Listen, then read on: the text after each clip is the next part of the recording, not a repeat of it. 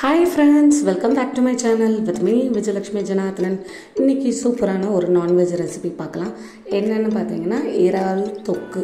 இது பார்த்தீங்கன்னா செட்டிநாட் ஸ்டைலில் எப்படி செய்யறதுன்னு உங்க கூட ஷேர் பண்ணியிருக்கேன். அதுக்கு ஃபஸ்ட்டு கடாயை எடுத்துப்போம். அது நல்லா ஹீட் ஆனதும் தேவையான அளவுக்கு எண்ணெய் சேர்த்து 10லேருந்து 15 பீஸ் அளவுக்கு முழு மிளகு ஆட் பண்ணிவிட்டு 2 கைப்பிடி அளவுக்கு கொஞ்சமாக தனியாக ஆட் பண்ணிக்கலாம். அடுத்தது ஒரு அரை டேபிள் ஸ்பூன் அளவுக்கு சோம்பு ஆட் பண்ண போகிறேன். 2 காஞ்ச மிளகாய் காரத்துக்கு ஏற்ற போல் ஆட் பண்ணிக்கலாம்.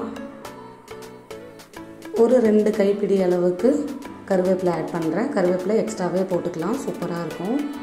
இப்போ இதெல்லாம் ஆட் பண்ணிவிட்டு நல்லா ஃப்ரை பண்ணி விட்டுடலாம். இந்த எண்ணெயில் நல்லா இது வதங்கி வரட்டும். இப்போது 2 வெங்காயம் கட் பண்ணி வச்சுருக்கேன், அதை ஆட் பண்ணிக்கலாம். சின்ன சின்ன சைஸ் வெங்காயம்னா 2 எடுத்துக்கலாம், பெரிய சைஸ் வெங்காயம்னா 1 போதும். அடுத்தது 10லேருந்து 15 பீஸ் அளவுக்கு பெரிய பூண்டு ஆட் பண்ணிக்கலாம்.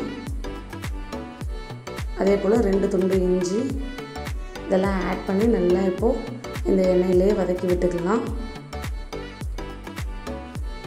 அடுத்தது கொஞ்சமாக புதினா ஆட் பண்ணுறேன். இது ஆப்ஷனல் தான், வேணும்னா ஆட் பண்ணிக்கலாம், வேணான்னா விட்டுடலாம். மீடியம் சைஸ் அளவுக்கு 2 தக்காளி ஆட் பண்ணியிருக்கேன். இப்போ இதெல்லாம் ஆட் பண்ணி நல்லா மிக்ஸ் பண்ணி விட்டு நல்லா வதங்கி வரட்டும். இந்த எண்ணெயிலே இது ஃபுல்லாக வதங்கட்டும். டீப் ஃப்ரை பண்ண வேண்டாம், மீடியமாக ஒரு 3/4 பதம் வதங்கி வந்தால் போதும். இந்த டைமுக்கு குழம்பு மிளகாய் தூள் 1 டேபிள் ஸ்பூன் அளவுக்கு ஆட் பண்ணியிருக்கேன். ஆட் பண்ணி நல்லா மிக்ஸ் பண்ணி விட்டு எண்ணெயில் பச்சை வாசனை போனதும் இது நல்லா வதங்கினதும் ஒரு அரை டேபிள் ஸ்பூன் அளவுக்கு உப்பு சேர்த்துக்கிறேன். சேர்த்துட்டு இது நல்லா மிக்ஸ் பண்ணி விட்டுட்டு ஆற விட்டு மிக்சர் ஜாரில் போட்டு பிளெண்ட் பண்ணி எடுத்துக்கலாம். அடுத்தது திரும்பவும் ஒரு கடாய் எடுத்துப்போம்.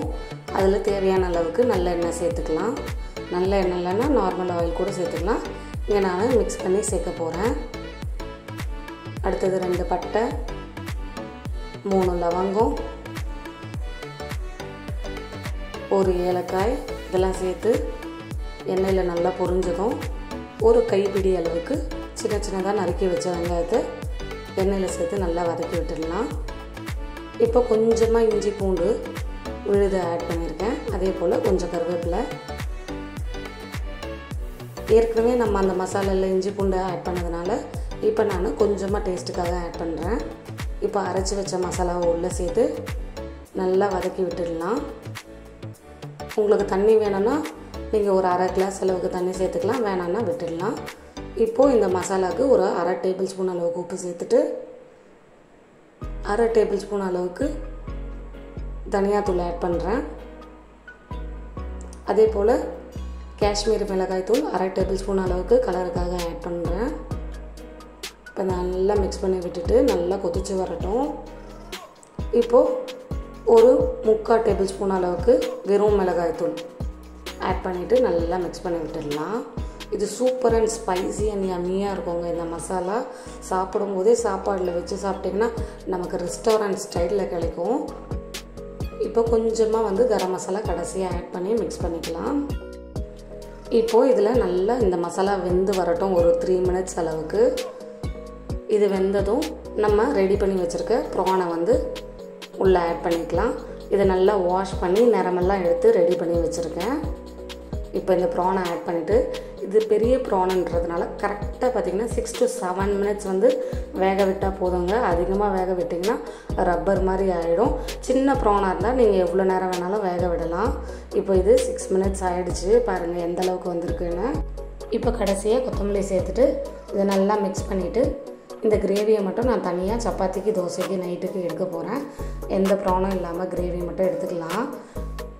எடுத்துகிட்டு நான் டோட்டலாக 7 மினிட்ஸ் சொன்னேன் இல்லையா, மிச்சம் இருக்க 1 மினிட் பார்த்திங்கன்னா இந்த கிரேவியை நல்லா சுண்ட வச்சு எடுத்துக்க போகிறோம். இது நமக்கு 2 in 1 ரெசிபியாகவும் கிடச்சிரும். இப்போ கொஞ்சமாக எண்ணெய் சேர்த்துட்டு நல்லா சுண்ட விட போகிறேன். பாருங்கள் இப்போ நல்லா சுண்டி வந்துருச்சு. நமக்கு நார்மலாக சாப்பாடுக்கு இறால் தொக்காவும் சாப்பிட்லாம். இந்த கிரேவியை எடுத்து வச்சு நைட்டுக்கு சைட் டிஷ்ஷாக சப்பாத்திக்கு தோசைக்கும் 2 in 1 சாப்பிட்லாம். இந்த மாதிரி மேலும் பல ரெசிபிகளுக்கு மறக்காமல் என்னோடய சேனலில் லைக் பண்ணுங்கள், ஷேர் பண்ணுங்கள், சப்ஸ்கிரைப் பண்ணுங்கள். அண்ட் தென் ப்ளீஸ் சப்போர்ட் பண்ணுங்கள். மறக்காமல் சப்ஸ்கிரைப் பண்ணிடுங்க. தேங்க்யூ ஃபார் வாட்சிங்.